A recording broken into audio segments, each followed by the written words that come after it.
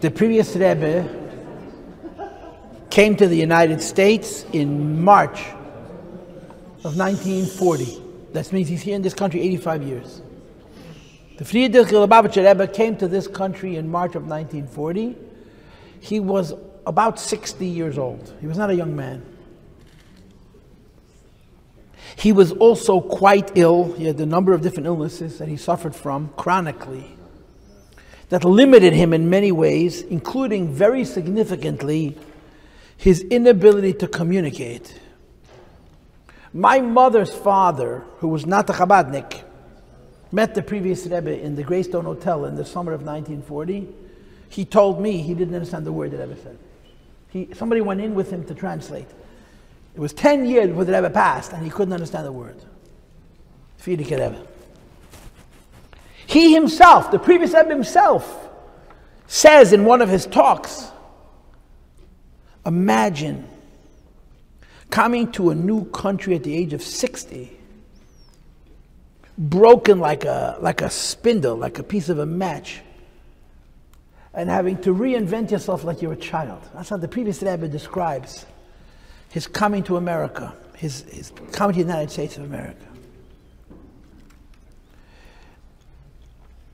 The previous Rebbe was Old Chabad. The previous one was Chabad, Old Chabad. I don't know if you understand what Old Chabad means. Old Chabad was very old-fashioned. More old-fashioned than other Chassidus. Today Chabad is considered the epitome of modern Chassidism is Chabad. Chabad was the epitome of cloistered Chassidus. Chabad Chassidus was deep. It was intense, it was intellectual, and it was, if I may use this word in Florida, I don't know if I say it in New York it'll be terrible, but maybe Florida is it's a red state, yeah. It was elitist, that's what it was. It was an elite Chassidus. Not elite that it condescended. It was elite like the Marines, you know, it was looking for a few good people. Very few. To be a real Chabadnik, there was no free nights and weekends, you know. It wasn't a social Chassidus. It wasn't elite like New York, it was elite like Florida. It was? Elite not like New York. It was elite like Florida, okay. It was elite because it required such dedication. And it was very personal. Chabad Chassidim were individuals. They lived in communities, they had friends, but real Chabad Chassidim were very, very much individuals. That's how Lubavitch was built. That's how the great yeshiva of Lubavitch was built. And when the previous Rebbe came to America, he describes himself. He spent 9 days at sea. He spent 9 days in a ship. He left Stockholm, Sweden, to come to the United States. Took him 9 days to travel here. And he sat on that ship asking himself a question. The essence of the question was, I do not wish to go to the New World. I don't want to. I don't want to go to America. He'd visited America. He spent 10 months in America in 1929, 1930. He met American Jewry till the Mississippi. He was in every big Jewish community from New York till St. Louis. And he knew what America was like, especially the America then, 85 years ago. I mean, most of us today don't even understand the America. The America of the 1920s and 30s and 40s was all about melting. You were supposed to become an American. Jews came to the United States. And the United States was so kind to Jews. Jews had suffered so much.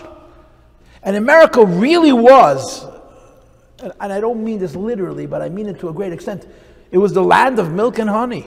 As hard as it was for the immigrants, Jews came to a place where they had real freedom. And many Jews felt an obligation because of the kindness, the real kindness that the United States of America offered them and still offers us, that they have to be good Americans. They can't be Jews, they have to be Americans first, as an expression of their gratitude for the opportunity and the freedom that America offered. But for many of them, that meant that when there was a conflict between Judaism and what they considered being an American, Judaism paid the price. Today we live in what's called a multicultural world. You know, America has evolved. America has become a place of many different types. We had a mayor who called it the Great Mosaic. A whole bunch of different little tiles. Each one is a different patchwork. Then there was a concept of uniformity.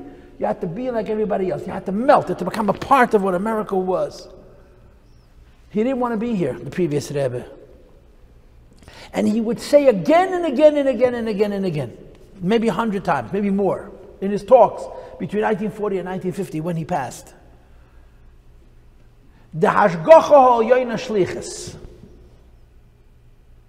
The mission of the divine hand. That's how he would define his time in America. Because he would say, I had no desire to come to the United States, I had no desire to live in the United States. I came here against my will. I came here because I had no choice. But if I'm here, it's a message from God. And the message from God to me is that I must do the work that America requires. And the Rebbe, the previous Lubavitcher Rebbe, at the age of 60, spent 9 days on a ship asking himself a fundamental question.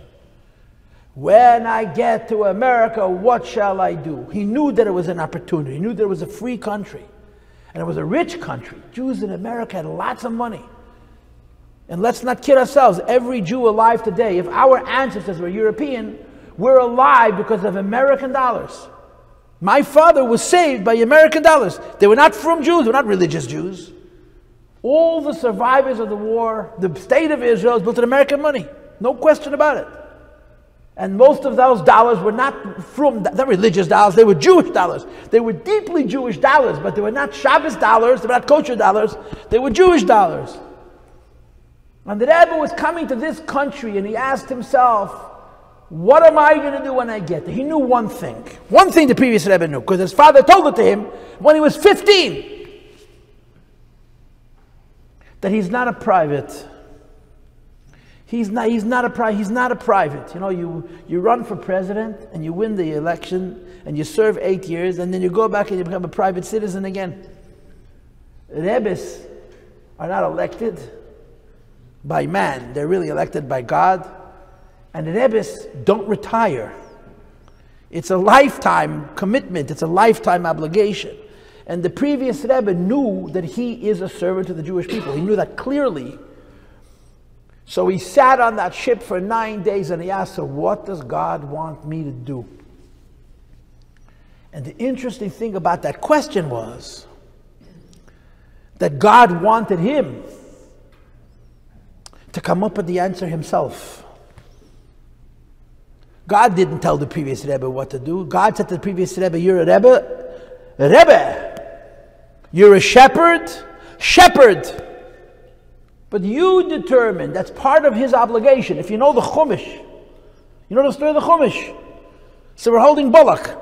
2 weeks ago we had the story of Shlach, the story of the spies. Remember the story of the spies? What's the essence of the story of the spies? Moses consulted God like you consult Rabbi Rosenfeld, or whoever your rabbi is. I don't want to start trouble over here. And every time Moses came to God and he asked him a question, God told him exactly what to do and what to say and how to do it and how to say it. Until it came to the spies. When it came to the spies, Moses came to God and said, so what should I do? And God said, what should you do? You should do what you think. God said to Moshe Rabbeinu, said to Moses, what should you do? Do what you think. And Moses said, I didn't know I'm supposed to think.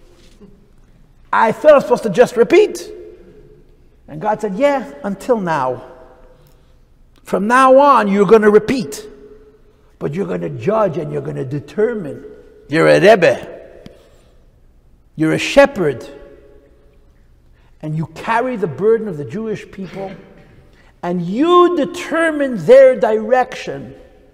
Your actions, your decisions, your priority become the priority of the people. That's the authority of a real Jewish leader.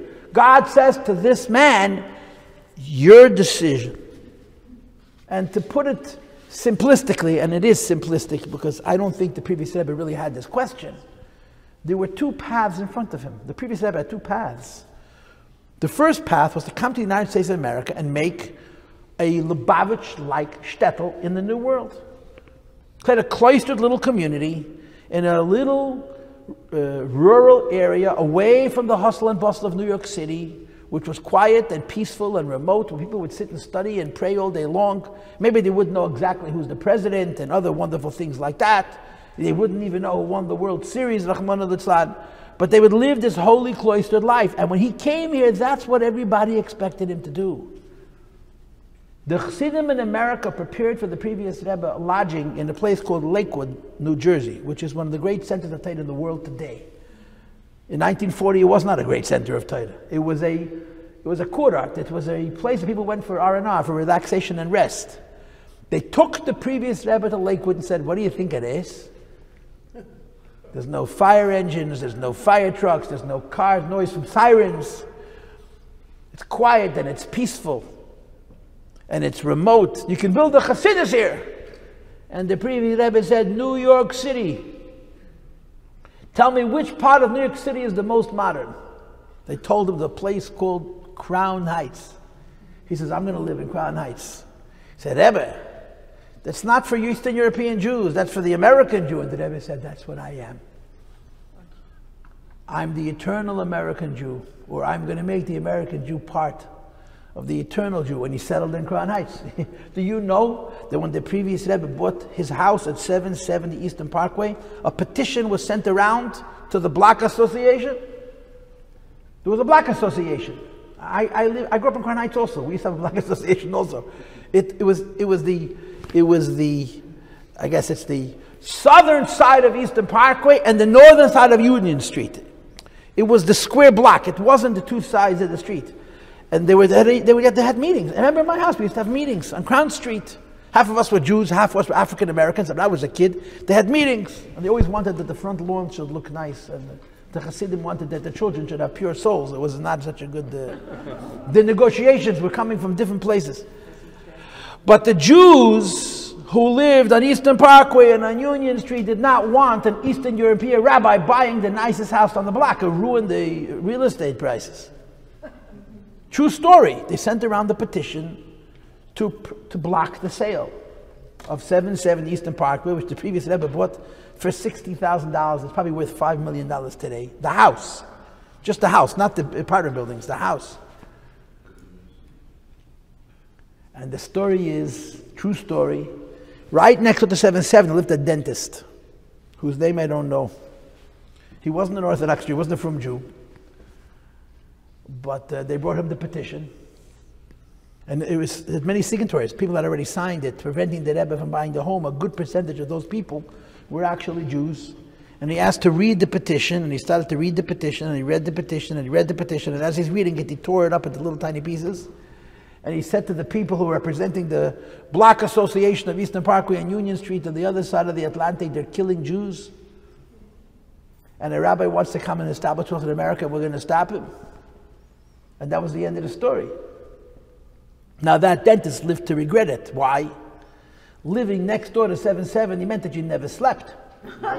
So the boys would make all kinds of noise, and he'd roll out the window and tell the boys to be quiet, and I can't tell you what the boys told him back. It's a respectable environment. And he would say, "You should know, if not for me, you wouldn't be here." And nobody knew the story. So the boys would get very quiet when he told them that. This dentist, whose name I don't remember, had the great schus that his home became the property of the Rebbe's. And the Rebbe and his wife actually lived in that house. On Shabbos and on Yom Tov, they would spend Shabbos together in that house of this dentist who had destroyed the petition to prevent the Rebbe from living in Crown Heights. So he sat on that ship, the previous Rebbe did, for 9 days, and asked himself this question: so what am I going to do? And he had choices. He could have built an old Chabad model of prayer and Torah study. It would be very intense, very deep. It would appeal to a small, select group of specialized Jews, if I may use that word, elite Jews.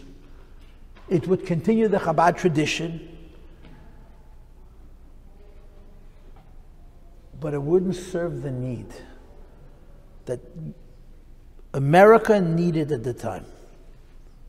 And the previous said, I'm going to come to this country, I'm going to put aside all my values and all my traditions, and I'm going to teach children Aleph Beis, a master of Torah, a holy, holy man who was deeply connected to God, made it his business to teach children Aleph Beis.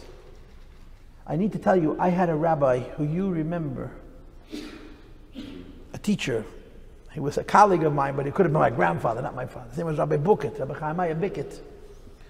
So he told us that the previous Rebbe visited America in 1929, 1930, and American Jews fell in love with him. They really did. You know why? You know why American Jews fell with the Rebbe? This is wonderful to say, because this is true even now.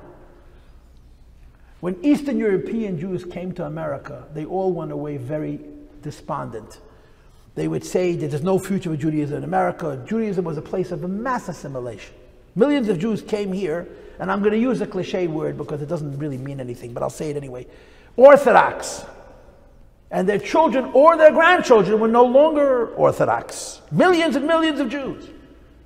And there was this attitude that America eats Jewish people up alive, eats them up for lunch and breakfast.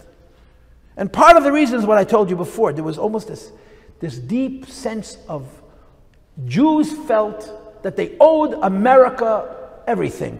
And they really did. They honestly did. But they didn't have to give their soul. They could have given their body. And they gave their soul. So all the rabbis who came to this country, and there were some very great rabbis who visited the United States, would say, you can't be a Jew in America. In 1929, the previous was interviewed by American press. And they asked him what he thought about the American Jewry and the future of American Jews and the future of American Jewry. And he said, American Jews are sincere people. They're genuine. They're not duplicitous. They're not sneaky. They don't have secret agendas. They're sincere people. They just need someone to educate them. The American Jewish community is going to build a beautiful Jewish future. He was the only Eastern European rabbi who said that. And in 1947, he said publicly, 17 years ago I was in this country. And I was asked then, in 1929, what I thought about the future for American Jews. And I said, the future for American Jews is very bright. And they told me, the press, the interviewer said to me, all the other rabbis disagree. And the Rebbe says, now it's 1947. You tell me who was right and who was wrong. And if it was true in 1947, in 2025, it's so much more true. But he sat on that ship and asked, also went to Rabbi Buket, told us, Rabbi Chaim Biket, his father's rabbi, his rabbi, told us that when he visited America, he liked American Jews, because American people in general, Americans are good people, you know that? Americans want to be righteous. We get into a lot of trouble because we're stupid. So we come with very convoluted ways of being good. But American people want to be good. They want people to think they're good people. They really do. Europeans laugh at us. They call us stupid. Americans, even non-Jews, we want to be good. We just, unfortunately, if you throw the Torah out the window and you make your own Torah, you come up with very wacky ways of being good. But it's rooted in kindness. Americans want to be good. And the Rebbe said American Jews are good stuff, and they're going to make a great Jewish future. But he said, the previous Rebbe said then, when the American Jews invited him to settle here in 1929, 1930, quote, these were Rabbi Buket's words, Ich will sein a Rebbe bechsidim, ich will nicht sein a Rebbe bei der Welt. You understand Yiddish? I don't want to be a Rebbe for the whole Jewish world. I want to be a Rebbe for Chassidim. In Russia, he couldn't be a Rebbe for Chassidim. He had to worry about Yiddishkeit. When he left Russia and he moved to Latvia and then he moved to Poland, he had a few years where he resembled a little bit the old Lubavitch that had been in Russia, you know. Intense worship, intense service, prayer, meditation, study, and all that. And he says, I don't want to be a Rebbe for the whole world. I want to be a Rebbe for Chassidim. But he knew that it was just a delaying tactic. Sooner or later, he would come to the new world and he'd become a new Rebbe. At the age of 60, he reinvented himself. And he reinvented Lubavitch. He changed the traditions of our community completely, from inward to outward. It's a long conversation. It's a conversation with a lot of history and a lot of detail and a clear direction. But the previous Rebbe came to this country and he said, Chabad now stands for Ahavat Yisrael, love of a fellow Jew. You have to worry about the Jew who knows less than you, and whatever you know, teach. Nobody is so ignorant that they can't teach anybody, and nobody is so learned that they can't learn from somebody. And that became his new motto, became his new self. And you must understand that when he came to this country, he had no people, no money, and no connections, but he was going to change America, you see? The 3 zeros. Nishka Geld. Nishka. He was going to change America all by his lonesome. And he did. Because he had a philosophy, the previous Rebbe did. That the only thing that's wrong is doing nothing. You do what you can. Now, if you fail, you try again. Because he believed in that principle that I told you in the other room, that every good deed is not a chemical reaction, it's a nuclear reaction. It creates a chain, ripples. The Rebbe must have opened 20 or 30 schools all over the eastern seaboard, in New York, New Jersey, Connecticut, Pennsylvania, wherever there was large Jewish communities, and there were a lot of them. A lot of these schools were really not such wonderful schools. They were like 6 kids, learning in the basement of a shul or something exciting like that. But he tried. He took boys who were 16, 17, 18 years old, single boys, and made them teachers. Why? That's all he had. Most of those schools are closed today. Some of those schools are still open. They're 80 years old. Pittsburgh, Springfield, and a few, New Haven. These schools were built by the previous Rebbe. When these schools were opened, there were so few students and there was so much opposition. It couldn't have been more difficult.